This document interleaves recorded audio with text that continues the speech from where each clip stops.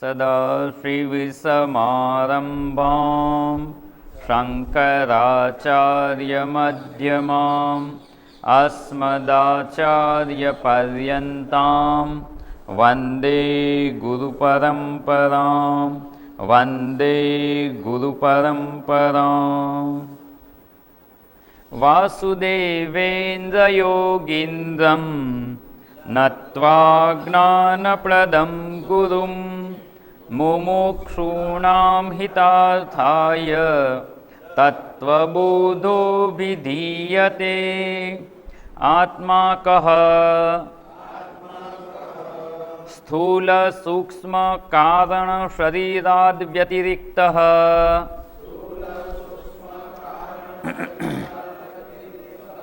પંચકોશાતીતઃ સન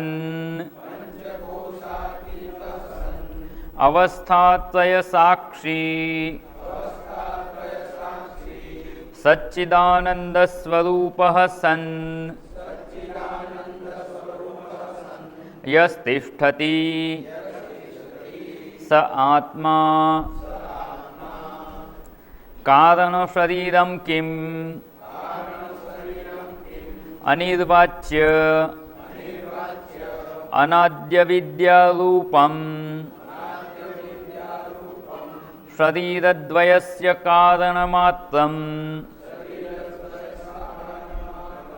સત્સ્વરૂપાજ્ઞાનમ નિર્વિકલ્પકરૂપમ યદ અસ્તિ તત્કારણ શરીરમ. આત્મા કહ તો કે સ્થૂળ સૂક્ષ્મ અને કારણ શરીરથી વ્યતિરિક્ત એટલે શરીરત્રયથી ભિન્ન, પાંચ કોષથી અતીત અને અવસ્થાત્રય સાક્ષી છે. ત્રણે ત્રણ અવસ્થાનો સાક્ષી. આમ ત્રણ શરીર, પાંચ કોષ અને ત્રણ અવસ્થા એમ 11 અનાત્માથી ભિન્ન જે સતચિત આનંદ સ્વરૂપ રૂપે રહેલ છે તે આત્મા છે. આ આત્માની વ્યાખ્યા જોઈ. એમાં સ્થૂળ અને સૂક્ષ્મ શરીરની વિચારણા જોઈ ગયા આપણે. વિસ્તારપૂર્વક એની વિચારણા જોઈ. સ્થૂળ શરીર કોને કહેવાય, એનું સ્વરૂપ શું છે, એનું કારણ શું, એનું કાર્ય શું, બધી વિચારણા જોઈ. સ્થૂળ, સૂક્ષ્મ અને હવે કારણ શરીરની વિચારણા આપણે જોઈ રહ્યા હતા. અને કારણ કે એ કારણ શરીર હું નથી એ વિચાર આપણે કરવાનો છે. તો એના માટે આપણે જે સ્થૂળ શરીરને હું માનીએ, સૂક્ષ્મ શરીરને હું માનીએ, કારણ શરીરને પણ હું માની અને એને અસ્તિત્વ પ્રદાન કરીએ છીએ, સત્તા પ્રદાન કરીએ છીએ, એ એમાંથી હું પણ આપણે દૂર કરી શકીએ. એટલે આ કારણ શરીર એટલે શું એની વિચારણા કરી રહ્યા છીએ. જેમાં અનિર્વાચ્ય એટલે એનું વર્ણન થઈ શકે એવું નથી, અર્થાત કે મિથ્યા છે. અનાદિ છે, એનું આદિ કે કારણ કંઈ નથી. અવિદ્યારૂપમ, અવિદ્યારૂપ છે. શરીરદ્વયસ્ય કારણ માત્ર, બંને શરીરનું કારણ છે અને કારણ માત્ર છે, એ સિવાય બીજું કંઈ નથી, બીજું કોઈ એનું કાર્ય છે જ નહીં. સત સ્વરૂપ અજ્ઞાન, સત સ્વરૂપનું અજ્ઞાન છે. અજ્ઞાન એ જ એનું સ્વરૂપ છે. નિર્વિકલ્પક રૂપમ, એમાં કોઈ પ્રકારના વિકલ્પ કે ભેદ નથી. યદ અસ્તિ, આવું જે છે એ કારણ શરીર છે. એટલે અહીંયા વ્યાખ્યા આપણને કહેવામાં આવી અને એમાં આપણે જે એની સ્થિતિ, એનું કારણ, એનું કાર્ય, એનું સ્વરૂપ અને એના અંગો, આ બધી વિચારણા જે સ્થૂળ શરીરમાં જોઈ હતી, સૂક્ષ્મ શરીરમાં જોઈ હતી, એવી જ રીતે કારણ શરીરમાં પણ આની વિચારણા આપણે કરવાની છે અને એ વિચારણા આપણે જોઈ રહ્યા હતા. એમાં સમજવાની સરળતા માટે સૌથી પહેલાં આપણે એનું કાર્ય શું છે ત્યાંથી શરૂઆત કરી હતી. તો એનું કાર્ય શું છે? તો કે શરીર દ્વયસ્ય કારણ માત્ર, એનું કાર્ય અર્થાત કે પોતે કારણ છે. જ્યારે કહીએ ને કે આ એનું કાર્ય છે, કાર્ય એનું જાણવું છે, તો એ કોનું કારણ છે એવું કહીએ, એના પછી એનું કાર્ય જણાઈ જાય. એટલે અહીંયા કહે છે શરીર દ્વયસ્ય કારણ માત્ર, બંને શરીરનું કારણ છે. કારણ છે અર્થાત કે બંને શરીરની ઉત્પત્તિનું સ્થાન છે અને જે ઉત્પત્તિનું સ્થાન હોય એ જ એના લયનું સ્થાન પણ હોય છે. એટલે જે ઉત્પત્તિનું સ્થાન હોય એ જ લયનું સ્થાન હોય તો એને એનું કારણ કહેવામાં આવે છે. અને અહીંયા બંને શરીરનું કહ્યું એટલે કયા કયા શરીર? પૂર્વજન્મનું ને આ જન્મનું? ના, અત્યારે જે આપણી પાસે સ્થૂળ શરીર અને સૂક્ષ્મ શરીર છે જેને પૂર્વે વિચારણા કરી ગયા છીએ એ બંને કાર્યરૂપ છે અને આ જે છે એ એનું કારણરૂપ છે. એટલે બંને સ્થૂળ અને સૂક્ષ્મ શરીરનું જે કારણ છે એને અહીંયા કારણ શરીર એવું કહેવામાં આવે છે. બંનેનું કારણ છે.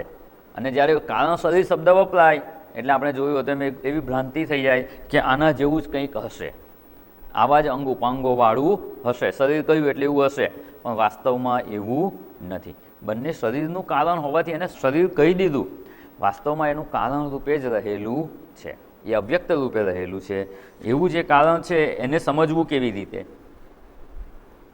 કારણને સમજવું કેવી રીતે? વૃક્ષ ઉત્પન્ન થઈ ગયું છે, હવે એનું કારણ બીજ છે એને કેવી રીતે સમજવાનું?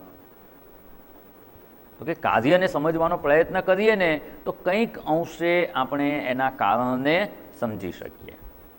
કારણ કે અત્યારે ઉત્પન્ન થઈ ગયેલું છે એનું કાર્ય, અને એ કાર્ય ઉત્પન્ન થયું એ પૂર્વે જે અવસ્થા હતી એને વિચારવાનો પ્રયત્ન કરવાનો છે.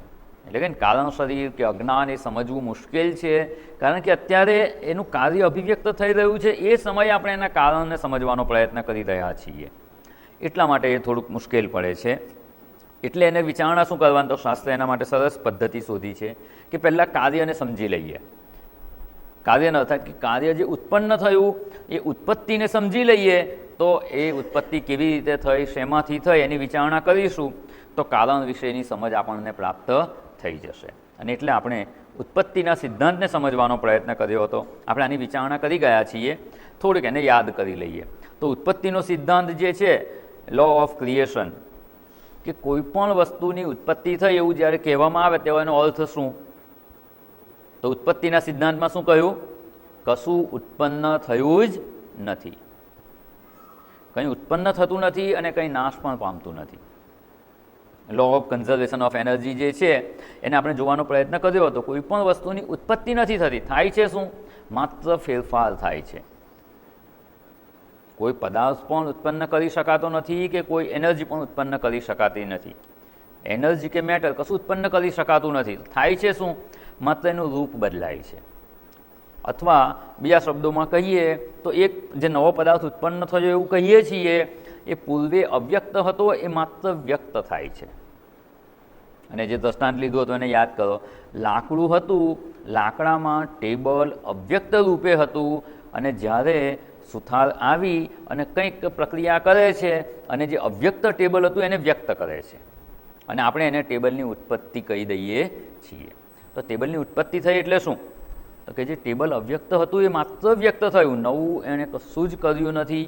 જેટલા ગ્રામ લાકડું હતું ટેબલ બને ત્યારે એટલા ગ્રામ જ છે. હા, એવું નહીં કારણ કે રંધો મારીને છોલે એટલે એટલું ઓછું થઈ ગયું. તો રંધો મારીને છોલેલું લાકડું બીજે તો નીકળ્યું ને.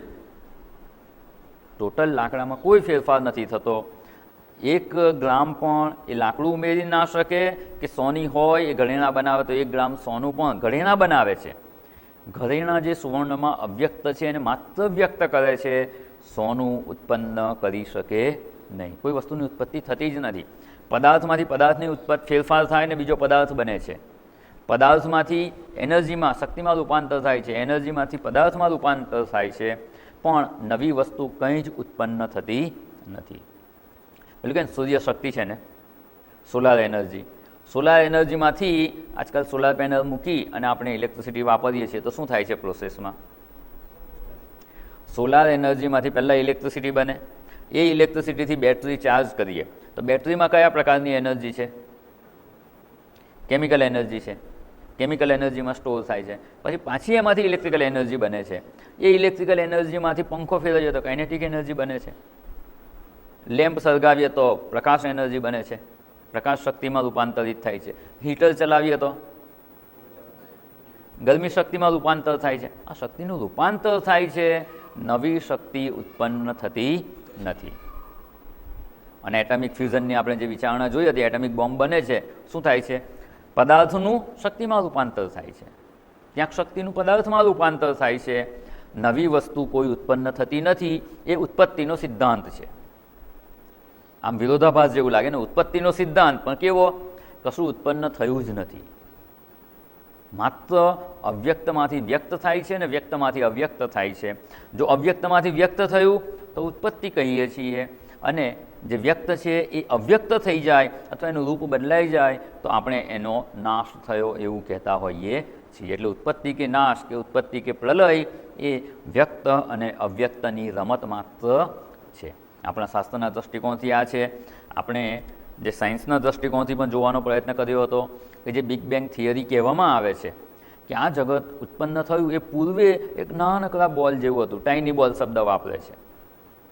એ વખતે કશું જ જણાતું નહોતું અને એને નામ એ લોકોએ આપેલું છે સિંગ્યુલારિટી. સિંગલ એટલે શું? એક જ. એમાં 2, 3, 4 કશું હોય ખરું? અને એક જ હોય તો એમાં કોઈ પ્રકારના ભેદ છે? ના, એમાં કોઈ ભેદ નથી. કોઈ પ્રકારના ભેદ જાણી શકાય એવું નથી ને, એટલે એને સિંગ્યુલારિટી કહ્યું છે. અને એ સિંગ્યુલારિટી કહ્યું એને જ અહીંયા આપણે અવ્યક્ત કહીએ છીએ.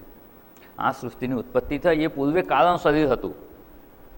પ્રલય થાય ત્યારે પણ રહે છે, કારણ કે એમાંથી જ બધી ઉત્પત્તિ થઈ છે. એટલે ઉત્પત્તિ પૂર્વે હતું જ. એના બધા વિશેષણો આપણે જોવાના છે, એટલે આ વાત એકદમ સ્પષ્ટ થઈ જશે. વિજ્ઞાન પણ એ સ્વીકારે છે કે સિંગ્યુલારિટી હતી એટલે શું હતું કે નથી જણાતું ને, એટલે જ સિંગ્યુલારિટી કહી દીધું. એક જ છે, એમાં કોઈ ભેદ જાણી શકાય એમ જ નથી. અત્યારે જણાતા નથી અને ભવિષ્યમાં પણ જાણી શકાય તેમ નથી. સિંગ્યુલારિટી છે એટલે એક જ છે, એમાં કોઈ પ્રકારના કોઈ ઘટના જ નથી ઘટતી. ઘટના ન ઘટે ત્યાં સુધી દેશકાળને પણ જાણી શકાય નહીં. પછી એમ કહે છે કે એમાં વિસ્ફોટ થયો.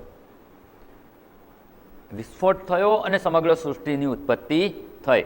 અને વિસ્ફોટ થઈને જે ફેલાવો થયો તો હજુ થયા જ કરે છે એવું માને છે. જુએ છે વિજ્ઞાની પ્રમાણે રિસર્ચ કરે છે. તો અહીંયા આ વિસ્ફોટ કેમ થયો તો કે એનું કારણ જાણી શકાતું નથી. કયા કારણથી થયો, કેવી રીતે થયો તો શું જ જાણી શકાતું નથી. માત્ર વિસ્ફોટ થયો અને અત્યારે સૃષ્ટિ આપણે જોઈ શકીએ તેમ છીએ.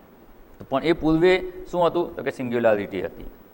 અહીંયા આપણા શાસ્ત્ર પણ કહે છે કે સૃષ્ટિની ઉત્પત્તિ થઈને, સૃષ્ટિ વ્યક્ત થઈને એ પૂર્વે આ કારણ શરીરમાં બધું જ અવ્યક્ત રૂપે હતું. અને અવ્યક્ત રૂપે હોય તો જ એ વ્યક્ત થઈ શકે. જો અવ્યક્ત રૂપે હોય જ નહીં તો વ્યક્ત ના થાય. સુવર્ણના ઘરેણાં માટીમાં અવ્યક્ત રૂપે પણ નથી, એટલે માટીમાંથી સુવર્ણના ઘરેણાં બની શકે નહીં. આ એ માટીમાં ઘડો અવ્યક્ત છે અને એ વ્યક્ત થઈ શકે છે. સુવર્ણના ઘરેણાં એમાં અવ્યક્ત રૂપે પણ નથી. એટલે આપણે અસ્થિવાદમાં માનીએ છીએ કે છે, ભલે જણાતું નથી પણ છે, અને છે તો કોઈક પ્રકારે એ વ્યક્ત થઈ શકે. અને અહીંયા આપણે આની વિસ્તારપૂર્વક વિચારણા જોઈ હતી.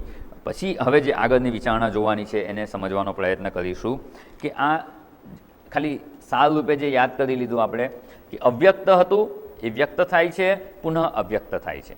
અવ્યક્તાદિની ભૂતાની વ્યક્ત મધ્યાની ભારત અવ્યક્ત નિધનાન્યેવ તત્વકા પરિદેવના. જે પૂર્વે અવ્યક્ત હતા ભૂતો કારણ શરીરમાં, એમાંથી જ એ વ્યક્ત થાય છે. થોડોક સમય વ્યક્ત રહે છે, પુનઃ અવ્યક્ત થઈ જાય છે. એવી રીતે આગળ હવે જે જોવાનું છે, અને આની બધા દ્રષ્ટાંતો લઈ અને આપણે સમજવાનો પ્રયત્ન કર્યો હતો. અને આવું જે છે એ કારણ શરીર, એના જે અન્ય વિશેષણો છે એને સમજવાનો પ્રયત્ન કરવામાં જે બીજું આપણે એની કન્ડિશન શું છે, એની સ્થિતિ શું છે તો કે એ નિર્વિકલ્પક રૂપમ. એમાં કોઈ પ્રકારના વિકલ્પ કે ભેદ રહેલા નથી. અને ભેદ રહેલા નથી એ આપણે થોડુંક દ્રષ્ટાંત જે જોયું હતું કે આપણો જ્યારે જન્મ થયો, જન્મ પૂર્વે ગર્ભાવસ્થામાં હતા ત્યારે કોઈ અંગો ઉપાંગો અભિવ્યક્ત થયા હતા ખરા? ના. પછી ધીમે ધીમે વ્યક્ત થાય છે. તો શું નહોતા ખરા? નહોતા એવું છે? ન હોય તો ઉત્પન્ન જ ન થાય. અને વિજ્ઞાન પણ ડીએનએમાં જે કહે છે કે બધા જ લક્ષણો છે જ. મોટા થઈને કેવા થશે, બુદ્ધિશાળી થશે કે માનસિક રીતે વિકલાંગ થશે, કયા રોગ ભવિષ્યમાં થવાના છે, એની શું સંભાવના છે, બધું ડીએનએમાં છે. ક્યારેક કોઈકમાં અભિવ્યક્ત થાય, કોઈમાં ન થાય. અભિવ્યક્ત થાય ત્યારે જ ખબર પડે, કારણ કે એને આપણે જાણી શકતા નથી. એવી રીતે જે બિગ બેંગ થયું પછી આખું સૃષ્ટિ ઉત્પન્ન થઈ, જો એ ટાઇની બોલમાં હોત જ નહીં તો સૃષ્ટિ ઉત્પન્ન થાય ખરી? ના. પણ હતી, પણ આપણે જાણી શકીએ તેમ નથી. પેલું દ્રષ્ટાંત જોયું ને કે પેનડ્રાઈવ હતી, ગયા વર્ગમાં દ્રષ્ટાંતમાં હું પેનડ્રાઈવ લાવેલો અહીંયા. પેનડ્રાઈવ હોય, પેનડ્રાઈવની અંદર આખું પુસ્તક PDF રૂપે હોય, શું આપણે એને જાણી શકીએ ખરા? ના.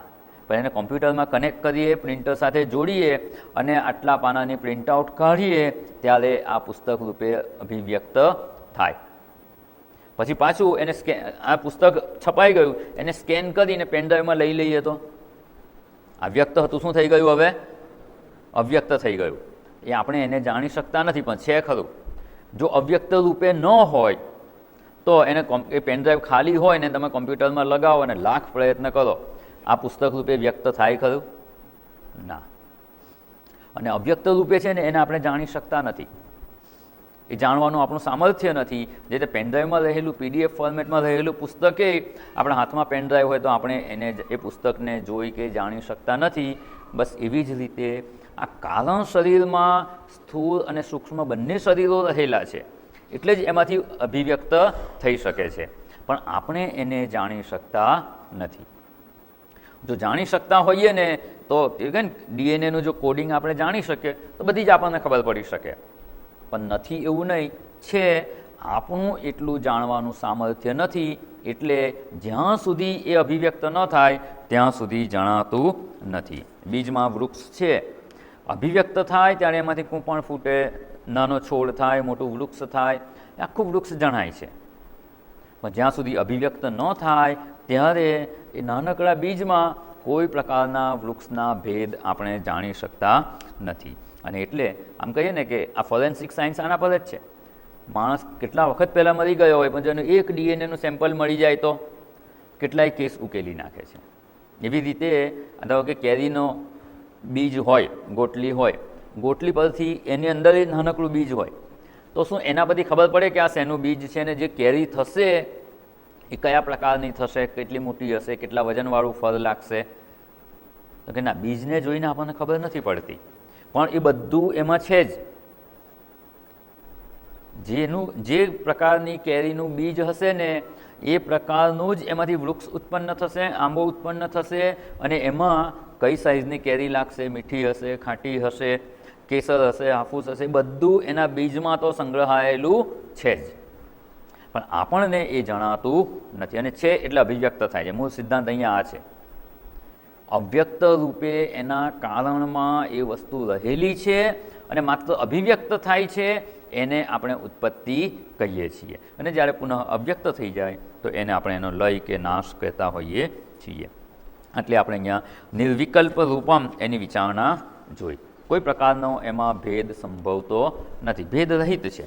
અને ત્યારબાદ એનો સ્વભાવ કે સ્વરૂપ શું છે, નેચર શું? તો કે અનાદિ અવિદ્યારૂપમ સત સ્વરૂપ જ્ઞાનમ.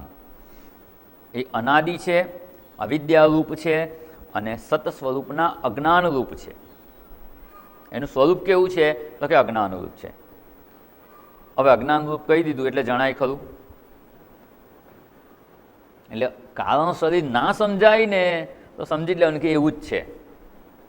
આપણે સમજવાનો પ્રયત્ન કરવાનો, છતાં ના સમજાય તો કારણ શરીર ન સમજાય તેવું જ છે. શાસ્ત્રએ કહી દીધું અજ્ઞાનમ અવિદ્યારૂપમ. અને એને આપણે થોડુંક સમજવાનો પ્રયત્ન કરીશું. આપણે સીધું કે આ કારણ શરીર છે એવી રીતે જાણી શકીએ તેમ નથી, કારણ કે સંભવ જ નથી. પણ એને શાસ્ત્ર દ્વારા આપણે આપણી બુદ્ધિ પ્રત્યક્ષ કરી શકીએ તેમ છીએ. અને જો એ બુદ્ધિ પ્રત્યક્ષ કરી શકીએ, શાસ્ત્ર દ્વારા આમ કહીએ ને કોન્સેપ્ચ્યુઅલાઇઝ કરી શકીએ, એને સમજી શકીએ, તો પછી આગળ વિચારણા કરવાની છે. એક શું છે? તો કે એ અનાત્મા છે. મૂળ વિચારણા આપણી ભૂલવાની નથી. જે 11 અનાત્માની વાત કરી એ નિશ્ચય આપણે એટલો જ કહે કે એ અનાત્મા છે. અને અનાત્મા છે એટલે શું? હું એનાથી ભિન્ન છું. બસ એ જ્ઞાનમાં સ્થિત થવાનું છે. એને હું માનીને જીવી રહ્યા છીએ, એમાંથી મુક્ત થવા માટે આ વિચારણા કરી રહ્યા છીએ. એટલે કંઈક એના વિશેની આપણને સમજ પ્રાપ્ત થાય એના માટે આપણે શાસ્ત્રનો આધાર લઈ અને આની વિચારણા કરી રહ્યા છીએ. તો આ અનાદિ અવિદ્યારૂપમ સત સ્વરૂપ જ્ઞાનમ, અને એ કહે કારણ શું? કારણ રહિત છે. એનું શું કહી દીધું પહેલાં? શરીરદ્વયસ્ય કારણ માત્ર. બંને શરીરનું કારણ છે.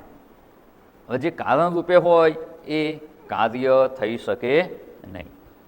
એ પોતે કશાનું કાર્ય છે તો કે ના, એ કશાનું કાર્ય નથી, કારણ કે એમાં કીધું કારણ માત્રમ, એ કારણ જ છે, ક્યારેય કાર્ય રૂપે થતું નથી. અને ક્યારેય કાર્ય રૂપે ન થતું હોય તો એનું કોઈ કારણ હોઈ શકે ખરું? કારણ કોનું હોય? જે કાર્ય થાય એનું કારણ હોય. અને આ ક્યારેય કાર્ય નથી, કાર્ય નથી અર્થાત કે એનું કોઈ કારણ નથી. અને કારણ રહિત છે ને એટલે જ એ અનાદિ છે. જો એનું કોઈ પણ જાતનું કારણ હોય તો એનો અર્થ શું થયો? એનું કંઈક કારણ છે, કારણ છે એમાંથી ક્યારેક સમયમાં કે કોઈક દેશમાં એ ઉત્પન્ન થયું અથવા કાર્ય રૂપે થયું તો ઉત્પત્તિ થઈ ગઈ એની, તો એને અનાદિ કહેવાય નહીં. અનાદિ કહ્યું એનાથી જ સિદ્ધ થઈ ગયું કે કારણ રહિત છે. એ પોતે જ સ્થૂળ અને સૂક્ષ્મ બંનેનું કારણ છે, પણ એનું કોઈ કારણ નથી. એનું કોઈ કારણ નથી એટલે અનાદિ થઈ ગયું. આગળ ખૂબ સુંદર આની વિચારણા આવવાની છે કે જે કારણ રહિત કહ્યું એટલે એનું કોઈ કારણ જ નથી. તો હવે અહીંયા જે શબ્દો છે એને આપણે સમજવાનો પ્રયત્ન કરવાનો છે કે આ અનાદિ છે એનો અર્થ કે સ્થૂળ અને સૂક્ષ્મ શરીરની ઉત્પત્તિ થઈ એ પૂર્વે હતું. સ્થૂળ અને સૂક્ષ્મ શરીર નહીં રહે ત્યારે પણ આ તો રહેવાનું જ છે. એટલે આની સ્થિતિ કઈ ક્યારે હોય છે? જે ઉત્પત્તિ પૂર્વેની સ્થિતિ હતી તે કારણ રૂપે. પછી તો શું થયું? જગત રૂપે જણાય છે. બિગ બેંગ થિયરી પહેલાં જે ટાઇની બોલ સિંગ્યુલારિટી હતી એ ક્યારે હતી? ઉત્પત્તિ પહેલાં. એટલે આપણે એ વખતે કેવી સ્થિતિ હતી એ જાણવું હોય તો શું કરવાનું? ઉત્પત્તિ પહેલાંની સ્થિતિમાં જવું પડે. ઉત્પત્તિ પહેલાંની સ્થિતિમાં જઈએ તો જ ખબર પડે ને. અત્યારે આંબો ઉગી ગયો, એની ગોટલી કેવી હતી? જ્યારે ગોટલી હતી, વૃક્ષ એની કૂંપણી નહોતી ફૂટી, ત્યારે જોઈએ તો જ આપણને ખબર પડે કે એની ગોટલી કેવી હતી. અથવા એનું ફરી નાશ થઈ જાય, આ સ્થૂળ અને સૂક્ષ્મ શરીર બંનેનો નાશ થઈ જાય ત્યારે કારણ શરીર રૂપે હોય છે. ત્યારે કારણ શરીર છે, કારણ કે એનો લય એમાં થઈ જાય છે. તો એ વખતની સ્થિતિ જોઈએ તો પણ આપણે કારણ શરીરને સમજી શકીએ. એટલે કારણ શરીરને સમજવું હોય તો બે સંભાવના છે. કાં તો ઉત્પત્તિ પહેલાંની અવસ્થામાં આપણે જવું પડે, અથવા બધાનો લય થઈ જાય ત્યારે જે અવસ્થા છે એને કારણ શરીર કહેવાય. તો શું કરવાનું? ઉત્પત્તિ પૂર્વેની સ્થિતિમાં જઈ શકાય એવી સંભાવના હવે છે? ના, ઉત્પત્તિ થઈ ગઈ છે. તો હવે આ બધાનો નાશ તો કરી શકાય ને? બધાનો નાશ કરી શકાય કે નહીં? એ ખાંડના રમકડાનું દ્રષ્ટાંત જોયું હતું. ખાંડના રમકડા ખાંડમાંથી જ બનાવેલા છે, એનું ઉત્પત્તિ સ્થાન ખાંડ જ છે. ખાંડમાંથી રમકડા બનાવી દીધા. હવે ખાંડના રમકડા બન્યા એ પહેલાં ખાંડ કેવા રૂપે હતી? તો કે તો બની ગયા એટલે એની પૂર્વેની અવસ્થા આપણે નથી જોઈ શકતા, પણ પૂર્વે ખાંડ રૂપે હતા. પણ એ ખાંડના રમકડાને ઓગાળી નાખીએ અને ખાંડ રૂપે બનાવી દે ત્યારે તો એના કારણને જાણી શકીએ કે નહીં? દ્રષ્ટાંતમાં ખાંડના રમકડાને ઓગાળી નાખીએ અને ખાંડ રૂપે થઈ જાય ત્યારે તો એ એના કારણ રૂપે આપણે એને જાણી શકીએ છીએ. પણ કરવું શું પડે? બધા રમકડાને ભાંગીને ભૂકો કરીને ઓગાળી નાખીએ એટલે જાણી શકાય. તો અહીંયા આ જગતનો પ્રલય આપણે કરી શકીએ ખરા? બધી જ વસ્તુનો નાશ કરી નાખવાનો. બધી જ વસ્તુનો નાશ. ધારો કે કોઈક એવી શક્તિ પ્રાપ્ત થઈ ગઈ અને કોઈક એવો પ્રયત્ન કરે, બધી જ વસ્તુનો નાશ કરી નાખવું ને પ્રલય વખતે કેવું હોય છે કારણ શરીર એ મારે જોવું છે. એ સંભવ છે ખરું? ધારો કે કંઈક એવું હથિયાર મળી ગયું, બધી જ વસ્તુનો તમે નાશ કરી શકો છો, તો પણ કારણ શરીરને જાણી ન શકાય. બધી વસ્તુનો નાશ કરશો પણ જાણવા માટે તમારે તો રહેવું પડશે ને. જ્યાં સુધી તમે છો ત્યાં સુધી બધી વસ્તુનો નાશ થઈ ગયો કહેવાશે જ નહીં. અને આપણે પોતાનોય નાશ કરી નાખીશું તો જાણનાર કોણ?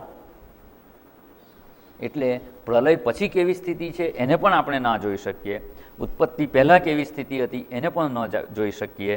તો આપણે આ કારણ શરીરને માત્ર શાસ્ત્ર દ્વારા જાણી શકીએ કે જે ઉત્પત્તિ પૂર્વે પણ શાસ્ત્ર જ્ઞાન તો હતું જ.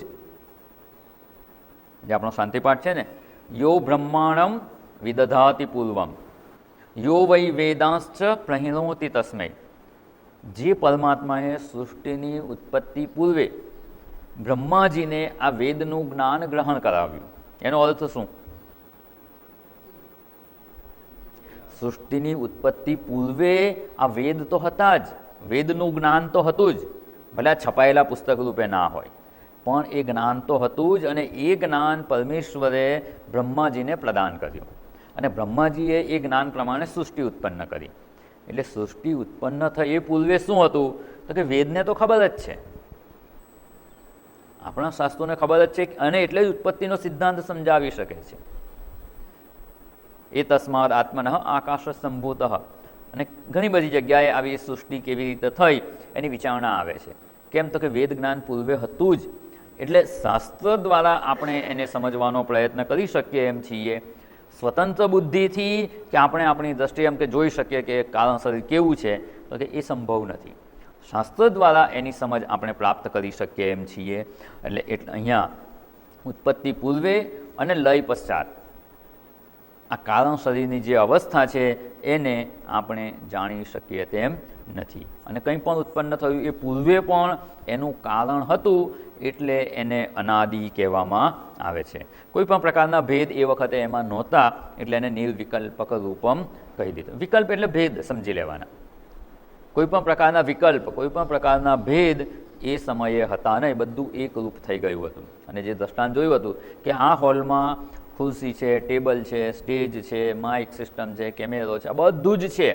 પણ જો રાત્રે આવીએ અને એકદમ અંધારું હોય તો આમાંથી કોઈ જ વસ્તુ જણાતી નથી. પણ પુનઃ પ્રકાશ થઈ જાય ત્યારે બધું જ અભિવ્યક્ત થઈ જાય છે. તો રોજ રાત્રે શું થાય છે? આનું લય થઈ જાય છે. અને સવારે આપણે કહીએ છીએ એ પ્રમાણે ઉત્પત્તિ થાય છે. અવ્યક્ત હતું વ્યક્ત થાય છે, અને રોજ સાંજે જે વ્યક્ત હતું અવ્યક્ત થઈ જાય છે. એને જ આપણે ઉત્પત્તિ અને લય કહીએ છીએ. વાસ્તવમાં આ જે દ્રષ્ટાંત જોયું ને એ સૃષ્ટિનું પણ એવું જ છે. કારણ શરીરમાં એ અવ્યક્ત હતું, સૃષ્ટિકાળે એ વ્યક્ત થાય છે, અને પુનઃ પ્રલય કાળે એ અવ્યક્ત થઈ જાય છે. અને જ્યારે અવ્યક્ત દશામાં હોય ને ત્યારે કોઈ પ્રકારના ભેદ નથી. સ્થૂળ શરીરના ભેદ પણ નથી, સૂક્ષ્મ શરીરના ભેદ પણ નથી, સ્થૂળ સૃષ્ટિના ભેદ નથી, સૂક્ષ્મ સૃષ્ટિના પણ ભેદ નથી. કોઈ જ્ઞેય અને જ્ઞાતા છે એવા ભેદ પણ નથી. કોઈ જાણનારો હોય અને કોઈ જાણવા યોગ્ય વસ્તુ હોય એવા ભેદ પણ ત્યાં નથી. જ્ઞાતાય નથી અને જ્ઞેય પણ નથી. સબ્જેક્ટ ઓબ્જેક્ટ ડ્યુઆલિટી પણ ત્યાં નથી, અને કોઈ જ પ્રકારના ભેદ નથી. જે આપણે દ્રષ્ટાંત જોઈએ ખાંડના રમકડા હોય, જ્યારે કારણ રૂપે છે ત્યારે એમાં હાથી, ઘોડો, વાઘ, સિંહ છે ખરું કશું? ના. પણ જ્યારે રમકડા બને ત્યારે આ બધું જણાય છે. એની ઉત્પત્તિ પૂર્વે કારણમાં એવા ભેદ જાણી શકાતા નથી. એટલે કોઈ પ્રકારના ત્યાં ભેદ નથી. જ્ઞાતા નથી, જ્ઞેય નથી, તો જ્ઞાન છે ખરું? સ્વરૂપનું જ્ઞાન નહીં, એ પદાર્થોનું જ્ઞાનની વાત છે.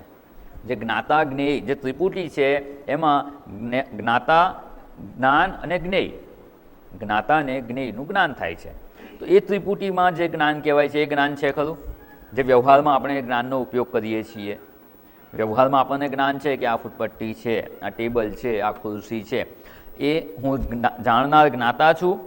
સામે પદાર્થ છે એ જ્ઞેય છે, જેનું મને જ્ઞાન થાય છે, અને આ જ્ઞાનની પ્રક્રિયા થાય છે. હું એ વિષયને જાણવાનો પ્રયત્ન કરું છું, એનું મને જ્ઞાન થયું. તો જ્ઞાતા, જ્ઞાન અને જ્ઞેય આ ત્રિપુટી વ્યવહારમાં અત્યારે જે જણાય છે એ કારણ શરીરમાં છે ખરી? ના. એટલે ત્યાં જ્ઞાતા પણ નથી, જ્ઞાતા જ્ઞેયનો ભેદ નથી, તો જ્ઞાન પણ ત્યાં સંભવતું નથી. એટલે એને અજ્ઞાનરૂપ કહી દીધું. અવિદ્યારૂપ કે અજ્ઞાનરૂપ જે કહેવાય, સત સ્વરૂપ અજ્ઞાનમ, સત સ્વરૂપનું અજ્ઞાન છે. એટલે જે કંઈ પદાર્થો છે ને જે અત્યારે આપણને વ્યક્ત દશામાં જણાય છે એ બધા પદાર્થોનું જે સ્વરૂપ છે ને એનું ત્યાં અજ્ઞાન છે. સત સ્વરૂપ અર્થાત યથાર્થ સ્વરૂપનું અજ્ઞાન છે. એટલે પદાર્થોના યથાર્થ સ્વરૂપનું પણ અજ્ઞાન છે, અને અન્ય અર્થમાં જે સત તત્વ છે ને, સતચિત આનંદ સ્વરૂપ, સચ્ચિદાનંદ સ્વરૂપ સન યસ તિષ્ઠતિ, એ આત્મા છે. તો એ સત સ્વરૂપ છે એનું પણ અજ્ઞાન છે. એનું જે અજ્ઞાન હોવું એને જ અહીંયા કારણ શરીર કહેવામાં આવે છે. એટલે સત સ્વરૂપ અજ્ઞાનમ કયું, અને વ્યવહારિક જે કોઈ પદાર્થો જ્ઞાતા જ્ઞેય જે ભેદ છે એનું પણ અજ્ઞાન છે. પારમાર્થિક જ્ઞાન પણ નથી અને વ્યવહારિક જ્ઞાન પણ નથી. એવું આજે અવિદ્યારૂપમ સત સ્વરૂપ અજ્ઞાનમ એ અજ્ઞાનરૂપ જ છે. અને આ અજ્ઞાનરૂપ છે અર્થાત કે ત્યાં કોઈ પ્રકારનું જ્ઞાન નથી, કોઈ પ્રકારના ભેદ પણ સિદ્ધ થઈ શકે તેમ નથી. તો કેમ ત્યાં અજ્ઞાન છે? એક તર્ક આપણે કરીને સમજવાનો પ્રયત્ન કરી લઈએ જેથી આ વિચાર સ્પષ્ટ થઈ જાય. ત્યાં અજ્ઞાન કેમ છે? કેમ જાણી શકાય તેમ નથી? તો કે જાણવા માટે જે સાધન જોઈએ ને એ સાધનની ત્યાં શું કહે ગેરહાજરી છે. અત્યારે વ્યવહારમાં જાણવા માટેના સાધન કયા કયા છે? બોલો બોલો. આપણે જોઈ ગયા છીએ પંચ જ્ઞાનેન્દ્રિયો જાણવા માટેના. જ્યારે જાણવા માટેના જ્ઞાન પ્રાપ્ત કરવાના કહીએ ત્યારે સ્પેસિફિક આન્સર આપવો પડે. આપણે ખાલી ઇન્દ્રિયો કહીએ તો ના ચાલે. ઇન્દ્રિયોમાં કર્મેન્દ્રિયો પણ આવી જાય છે. એ કર્મ કરવાના સાધન છે, એનાથી કંઈ જાણી શકાતું નથી. તો જાણવાના જે સાધન છે એ પાંચ જ્ઞાનેન્દ્રિયો છે, મન છે અને બુદ્ધિ છે. આ હોય તો આપણે જગતનું જ્ઞાન પ્રાપ્ત કરી શકીએ. આ ન હોય તો કોઈ પ્રકારનું જ્ઞાન પ્રાપ્ત કરી શકાતું નથી. ધારો કે કોઈની ચક્ષુ ઇન્દ્રિય કામ કરતી નથી, એક જ ઇન્દ્રિય કામ નથી કરતી. હવે ચક્ષુ ઇન્દ્રિય કામ ના કરે તો એ જગતમાં રહેલું કે ને 1/5 જગત, 5મા ભાગનું જગત જે રૂપ કે આકાર છે એને જાણી શકે જ નહીં. એના માટે જગત કેટલું છે તો કે 80% જ રહી ગયું. આપણે અત્યારે કેટલું જગત જેટલું જાણીએ છીએ એને ધારો કે 100% કહીએ. 100% જગતને નથી જાણતા. શબ્દ બરાબર યાદ રાખજો. 100% જગતને આપણે નથી જાણી શકતા. ક્યાં શું થયું આખા જગતને ના જાણી શકીએ. પણ આપણે જેટલા જગતને જાણીએ છીએ એને ધારો કે 100% આપીએ આપણે, તો એમાંથી એક ઇન્દ્રિય દ્વારા 20% જણાય, બીજી ઇન્દ્રિય દ્વારા 20% જણાય, 5 ઇન્દ્રિય દ્વારા આપણે 100% જગતને જાણીએ છીએ. એટલે જગતને 5 વિષયોમાં વહેંચી દીધું છે આપણે: શબ્દ, સ્પર્શ, રૂપ, રસ અને ગંધ. એમાં એક ઇન્દ્રિય ધારો કે કામ કરતી બંધ થઈ ગઈ તો કેટલું જગત આપણું કામ કરતું બંધ થઈ ગયું એને ના જાણી શકીએ? એવું 20%. એટલે 80% ને જ જાણીએ. કોઈની 2 ઇન્દ્રિયો કામ કરતી બંધ થઈ જાય તો 60% જ આપણે જાણી શકીએ. ધારો કે કોઈનું મન બંધ થઈ ગયું તો 100% બંધ થઈ જાય. તો અહીંયા આ જે કારણ અવસ્થા છે એ કારણ અવસ્થાને અજ્ઞાનરૂપ કેમ કહ્યું? અવિદ્યારૂપમ અજ્ઞાનમ એવું કહ્યું કારણ કે ત્યાં જ્ઞાન પ્રાપ્ત કરવાના સાધનો જ નથી. આમ કહીએ ને કે જ્ઞાન પ્રાપ્ત કરવાનું ઇન્ફ્રાસ્ટ્રક્ચર, આને ઇન્ફ્રાસ્ટ્રક્ચર કહીએ આજની ભાષામાં કહેવું હોય તો. કોઈ શહેરમાં સારી રીતે બધી વ્યવસ્થા ચાલે એના માટે ઇન્ફ્રાસ્ટ્રક્ચર જોઈએ કે નહીં? રસ્તાની વ્યવસ્થા હોય, લાઇટ, પાણી, આ બધી જે વ્યવસ્થા હોય એને શું કહીએ છીએ આપણે? ઇન્ફ્રાસ્ટ્રક્ચર. ઇન્ફ્રાસ્ટ્રક્ચર છે એટલે આપણે સરળતાથી આપણો જીવન વ્યવહાર ચલાવી શકીએ છીએ. ઇન્ફ્રાસ્ટ્રક્ચર ના હોય તો ધારો કે આશ્રમમાં આટલી બધી રૂમો છે, દરેક રૂમમાં લોકો રહેતા હોય, શિબિર હોય, અને દરેક રૂમમાં પાણી પહોંચાડવું હોય તો બોરવેલ તો છે આપણી પાસે, પણ એનું ઇન્ફ્રાસ્ટ્રક્ચર ના હોય તો, ટાંકી ના હોય, દરેક રૂમમાં પાણીની લાઈનો ના હોય, નળ ના મૂકેલા હોય તો શું કરવાનું? બોરવેલ છે, પાણી છે, પણ આપણે ત્યાં પહોંચાડી શકીએ નહીં. ધારો કે અહીંયા આશ્રમમાં કોઈ પ્લેન લઈને આવે, ફ્લાઇટમાં આવે અને કે મારે અહીંયા લેન્ડિંગ કરવું છે, શું થાય? કેમ ના કરી શકે? ફ્લાઇટને લેન્ડ થવા માટે જે ઇન્ફ્રાસ્ટ્રક્ચર જોઈએ ને એ અહીંયા નથી. એને રનવે જોઈએ, એરપોર્ટ જોઈએ, આ બધી વ્યવસ્થા હોય તો એનું લેન્ડિંગ થઈ શકે. અહીંયા પણ જગતની કોઈ પણ વસ્તુને જો જાણવી હોય ને જ્ઞાન પ્રાપ્ત કરવું હોય ને તેનું ઇન્ફ્રાસ્ટ્રક્ચર જેવી 5 જ્ઞાનેન્દ્રિયો, મન અને બુદ્ધિ એ હોવા જોઈએ. અને આ બધી વસ્તુ શેમાં છે? સૂક્ષ્મ શરીર અંતર્ગત છે. અને સૂક્ષ્મ શરીર એ તો કારણ શરીરમાં લય પામેલું છે. તો ઉત્પત્તિ પૂર્વે કેવી અવસ્થા હતી એ વખતે જો સૂક્ષ્મ શરીર એના કારણમાં લય પામેલું હોય તો જ્ઞાનેન્દ્રિયો નથી, મન નથી, બુદ્ધિ નથી, તો એ વખતે શું હતું એ આપણે જાણી શકીએ નહીં. એટલે એને અજ્ઞાન રૂપમ કહી દીધું છે. અનાદિ અવિદ્યા સ્વસ્વરૂપા જ્ઞાનમ. અને એવું કોઈ પણ પ્રકારના ભેદ નથી. ત્યાં જ્ઞાન જાણવાના સાધનો એ જ્ઞાનેન્દ્રિયો, મન અને બુદ્ધિ પણ નથી. એટલે એને જાણી શકાય તેમ નથી. એટલે કારણ અવસ્થામાં કોઈ જ્ઞેય પદાર્થ પણ નથી જણાતો, કોઈ જ્ઞાતા પણ નથી અને કોઈ પ્રકારનું જ્ઞાન પણ નથી. એટલે અજ્ઞાન અવસ્થા જેવી આ કારણ અવસ્થા છે. સત સ્વરૂપ અજ્ઞાનમ, અહીંયા જે કહ્યું છે એ અર્થ પણ યોગ્ય જ છે. કારણ અવસ્થામાં કે જે અજ્ઞાન અવસ્થા છે એમાં સત સ્વરૂપનું પણ જ્ઞાન નથી. હું આત્મ સ્વરૂપ છે એવું જ્ઞાન છે ના.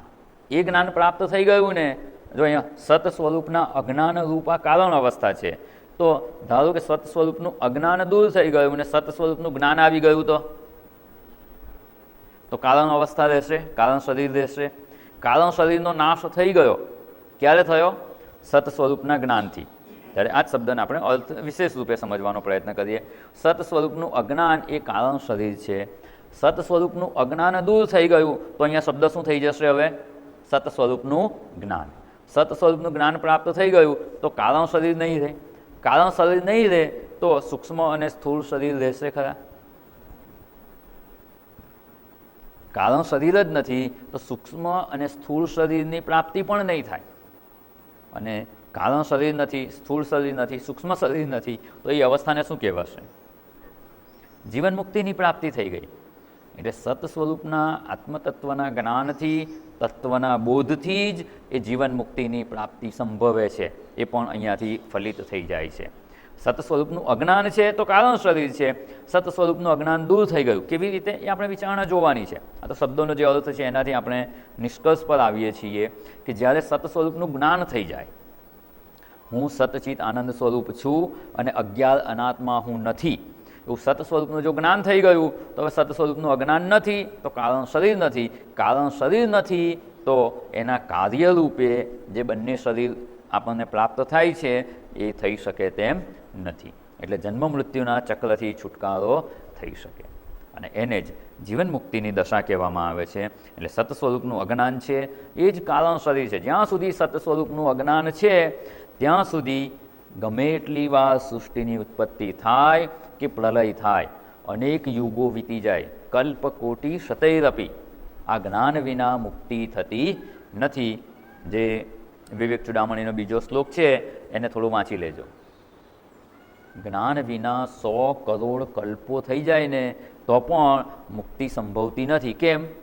સત સ્વરૂપનું જ્ઞાન નથી થયું તો સત સ્વરૂપનું અજ્ઞાન છે. અજ્ઞાન છે એ કારણ શરીર છે અને કારણ શરીર છે ત્યાં સુધી એમાંથી સ્થૂળ અને સૂક્ષ્મ શરીરની ઉત્પત્તિ થતી જ રહેવાની અને એ થતી રહેશે ત્યાં સુધી દુઃખ મુક્તિ સંભવતી નથી.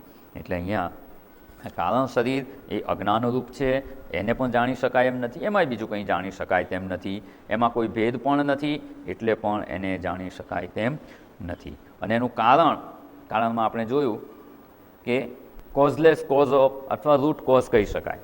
એ પોતે જ એનું કોઈ કારણ નથી એવું આ કારણ છે. એનું કોઈ કારણ નથી અર્થાત કે કોઈ કાર્ય ઉત્પન્ન નથી થયું અને કોઈ પણ પ્રકારનું કાર્યરૂપે થાય ને તો કંઈક જાણી શકાય. કાર્યરૂપે થયું નથી એટલે એને જાણી શકાય તેમ નથી. બીજી એક વિચારણા જોઈએ. આજે કારણ શરીરની વાત કરી, નિર્વિકલ્પક રૂપમ, કોઈ પ્રકારના વિકલ્પ નથી, કોઈ પ્રકારના ભેદ નથી અને કોઈ પ્રકારના ભેદ ન હોય તો એ અનેક હોઈ શકે નહીં. આપણા સ્થૂળ શરીર કેટલા છે? આપણા બધાના જેટલા જીવો છે એટલા સ્થૂળ શરીર છે. તો એને આપણે અલગ અલગ કેમ કહીએ છીએ? મારું શરીર તમારું શરીર ભિન્ન છે. કેમ? કંઈક ભેદ છે. મારું શરીર 5 ફૂટનું છે, તમારું 5 ફૂટ 4 ઇંચનું છે, મારું 50 કિલોનું છે, તમારું 60 કિલોનું છે, 80 કિલોનું છે, કોઈનું કાળું છે, કોઈનું ધોળું છે, કોઈનું સકલ છે, કોઈનું વિકલ છે. આ ભેદ છે એટલે શરીરોમાં અનેકતા છે. જો એક સિદ્ધાંત છે, કોઈ પ્રકારનો ભેદ સાબિત કરી શકીએ ને તો જ એ 2 છે એવું કહી શકાય, 2 અથવા અનેક છે એવું કહી શકાય. કોઈ જ પ્રકારનો ભેદ સાબિત ન થાય ને તો અનેક છે એવું કહી શકાય નહીં. પછી આપણું સૂક્ષ્મ શરીર, સૂક્ષ્મ શરીરમાં ભેદ છે કે નહીં? સૂક્ષ્મ શરીરના અંગો પણ જણાવી દીધા. 5 કર્મેન્દ્રિયો, 5 જ્ઞાનેન્દ્રિયો, 5 પ્રાણ, મન, બુદ્ધિ, આ શું છે? સૂક્ષ્મ શરીર. હવે આ સૂક્ષ્મ શરીર શું બધાના એક સરખા છે કે જુદા જુદા છે? જુદા જુદા છે. કેવી રીતે કહી શકાય? ભેદ છે. મારી કર્મેન્દ્રિયમાં જે શક્તિ છે અને તમારી કર્મેન્દ્રિયમાં શક્તિ છે એ જુદી જુદી છે. મારી ચાલવાની શક્તિ, મારું ચાલવાનું સામર્થ્ય જુદું છે, આપનું ચાલવાનું સામર્થ્ય જુદું છે. એવી રીતે જ્ઞાનેન્દ્રિયો, મારી આંખની જોવાની શક્તિ જુદી છે. આપમાંથી કેટલાય લોકો વગર ચશ્માએ જોઈ શકો છો, મારે ચશ્મા પહેરવા પડે છે. ચક્ષુ ઇન્દ્રિયની શક્તિ, જ્ઞાનેન્દ્રિયોની શક્તિ ભિન્ન ભિન્ન છે. મન જુદા જુદા છે, બુદ્ધિ જુદી જુદી છે, સમજવાની શક્તિ જુદી જુદી છે. કોઈકને એક વાર સાંભળે કે વાંચે અને યાદ રહી જાય, અને કોઈકને 10 વાર વાંચે ત્યારે યાદ રહી જાય.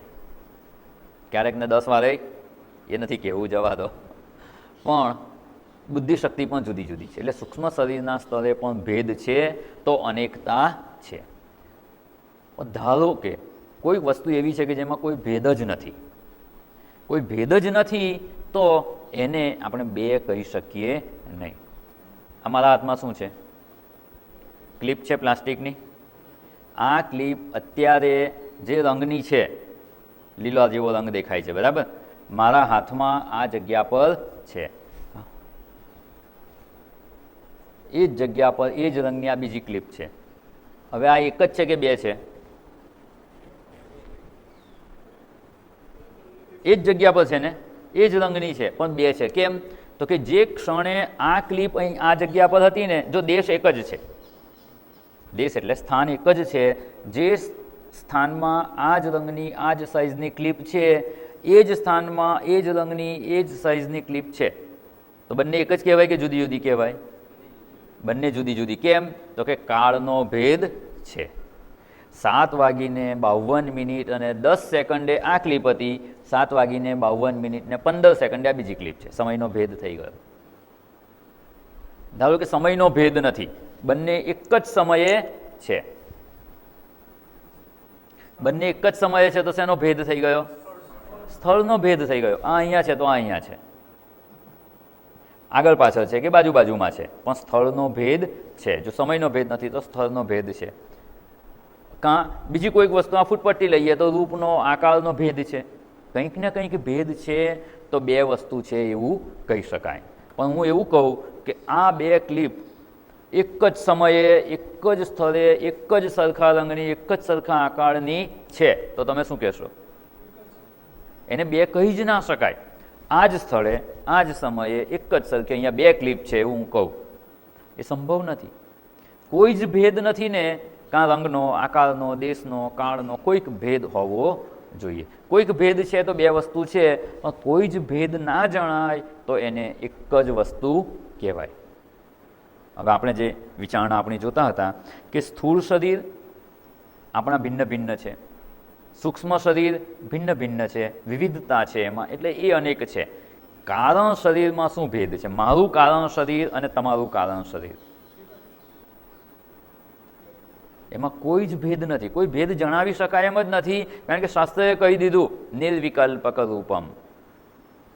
એમાં કોઈ જ ભેદ નથી. તો મારું કારણ શરીર ને તમારું કારણ શરીર બે ભિન્ન હોઈ શકે જ નહીં. એટલે કારણ શરીરના સ્તરે એક જ છે, અને એને જ એટલે કે વ્યષ્ટિનું કારણ શરીર હોય કે સમષ્ટિનું કારણ શરીર, એ એક જ છે. એમાં કોઈ ભેદ સંભવતા નથી. એટલે કારણ શરીર બધાનું એક જ છે. આ બહુ મોટી આપણી શાસ્ત્રની વિચારણા છે. જો આ સમજાઈ જશે ને તો શાસ્ત્રના ઘણા બધા સિદ્ધાંતો સરળતાથી સમજાઈ જશે અને મનમાં રહેલી ઘણી બધી ગૂંચ ઉકેલાઈ જશે. આમ જે કારણ શરીર સમજવાનું અઘરું લાગે છે ને, કારણ કે આપણે આપણું જે સ્થૂળ શરીર છે, આપણું સૂક્ષ્મ શરીર છે, એને આપણે જાણીએ છીએ એવું જ આપણું કારણ શરીર છે એવું માનીએ છીએ. વાસ્તવમાં એવું નથી. અજ્ઞાનમાં શું ભેદ હોય? અજ્ઞાનમાં કોઈ ભેદ નથી. એટલે મૂળ અજ્ઞાન જે છે, જેને લીધે સમગ્ર સૃષ્ટિની ઉત્પત્તિ થઈ છે અથવા આપણા સ્થૂળ અને સૂક્ષ્મ શરીરની ઉત્પત્તિ થઈ છે, એ બંને એક જ છે. એમાં કોઈ જ ભેદ નથી. કારણ કે એમાં કોઈ ભેદ આપણે સિદ્ધ નથી કરી શકતા, એટલે એક જ છે. અને એ એક જ છે એને સમજવા આમ કહીને એક સરસ દ્રષ્ટાંત છે કે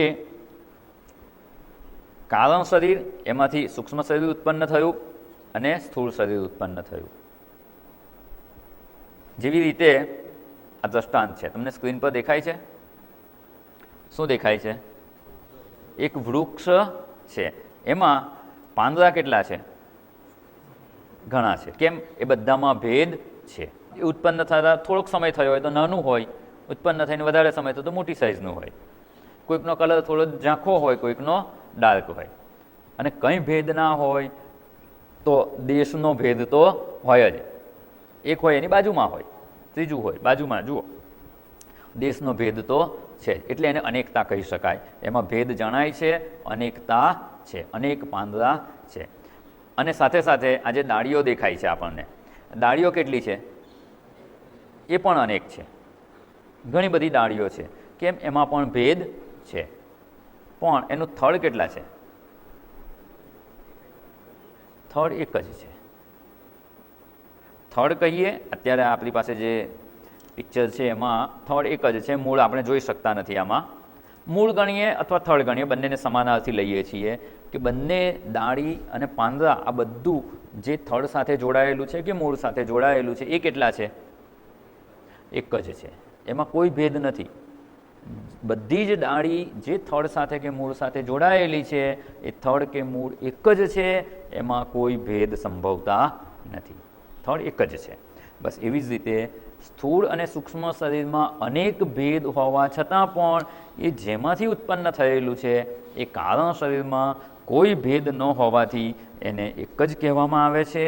અને આવું જે કારણ શરીર છે, આપણા બધાનું કારણ શરીર અને સમષ્ટિનું કારણ શરીર કહીએ, એ કારણ પણ આ એક જ છે.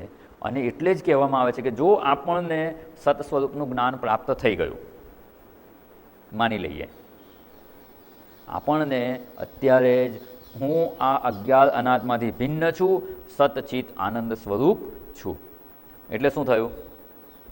સત સ્વરૂપનું અજ્ઞાન દૂર થઈ ગયું, સત સ્વરૂપનું જ્ઞાન પ્રાપ્ત થઈ ગયું, એટલે કારણ શરીર હવે રહ્યું નહીં.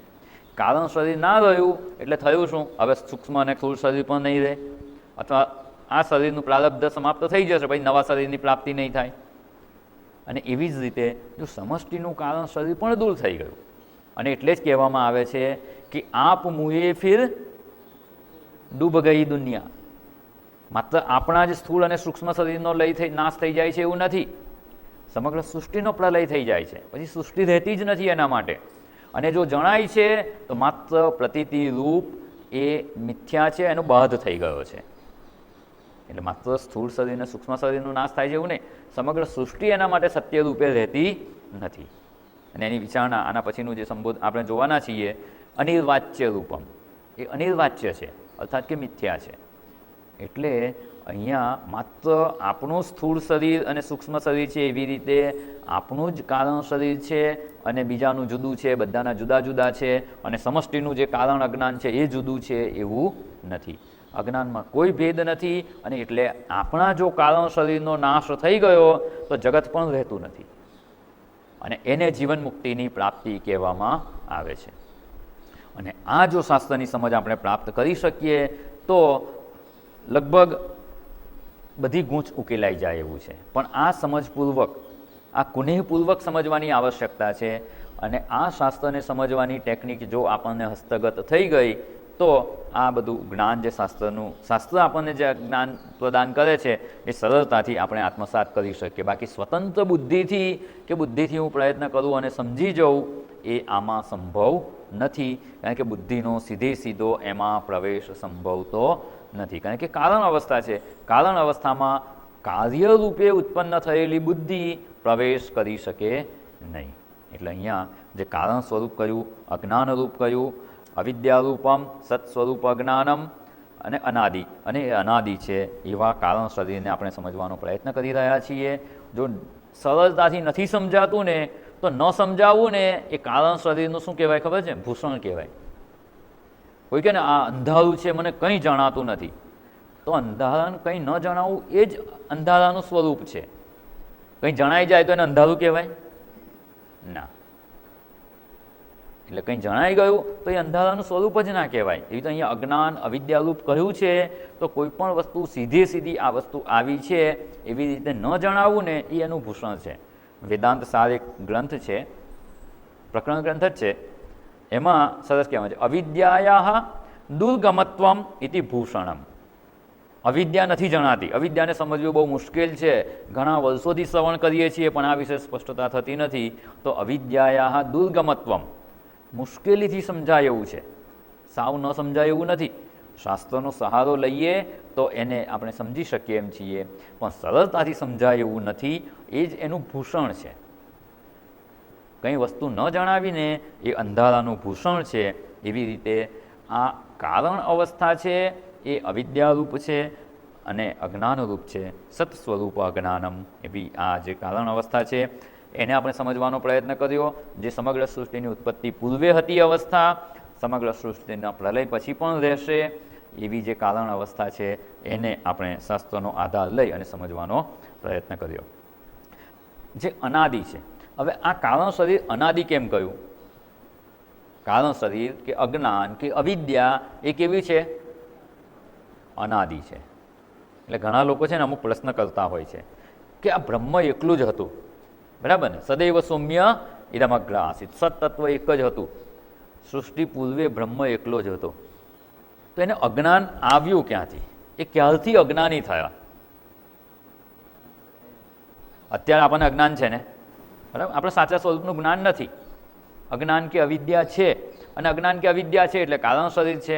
કારણ શરીર છે તો આપણું સ્થૂળ અને સૂક્ષ્મ શરીર પણ છે, અને એને હું માનીને જીવન જીવી રહ્યા છે. અત્યારની આપણી વાસ્તવિકતા છે. તો સૌથી પહેલું આ અજ્ઞાન કેવી રીતે આવ્યું?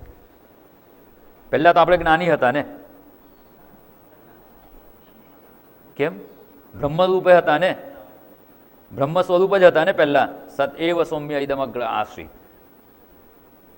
પહેલાં આપણે બ્રહ્મ સ્વરૂપ જ હતા, જ્ઞાન સ્વરૂપ જ. તો અજ્ઞાન ક્યાંથી આવ્યું એનો થોડોક આપણે વિચાર કરવાનો છે. એના માટે અહીંયા શું કહી દીધું છે? અનાદિ. આજનો સમય થઈ ગયો છે. પુનઃ કાલે મળીશું ત્યારે આની થોડીક વિચારણા કરીશું. એટલે આમ કહે ને આ પ્રશ્ન અતિ પ્રશ્ન જેવા છે, એને કાલે વિસ્તારથી જ જોઈશું. અત્યારે સમય નથી એટલે એને નથી આપણે ઉકેલતા, પણ થોડોક વિચાર કરજો તમે પણ.